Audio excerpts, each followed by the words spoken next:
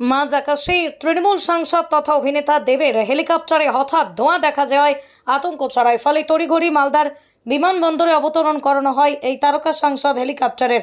রীতিমতো চোখে মুখে আতঙ্ক নিয়েই টলিউড অভিনেতা দেব মালদা থেকেই সড়ক পথে মুর্শিদাবাদের উদ্দেশ্যে রওনা দেন। সাংসদ অভিনেতা দেব মুর্শিদাবাদ যাওয়ার পথেই সাংবাদিকদের বলেন, ঈশ্বরের কৃপায় এ যাত্রায় বেঁচে গিয়েছি। হেলিকপ্টারে হঠাৎ ধোঁয়া দেখায় তড়িঘড়ি মাঝ আকাশে থেকেই সেটি মালদার এয়ারপোর্টে অবতরণ করানো হয়।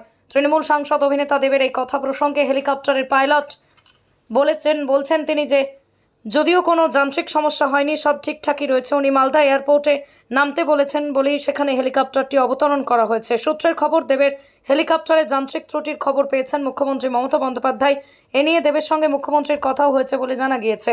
শুক্রবার দুপুর 12টায় উত্তর মালদা লোকসভা কেন্দ্রের রতুয়া এলাকায় ছিল তৃণমূল সাংসদ তথা টলিউড অভিনেতা দেবের রোড শো।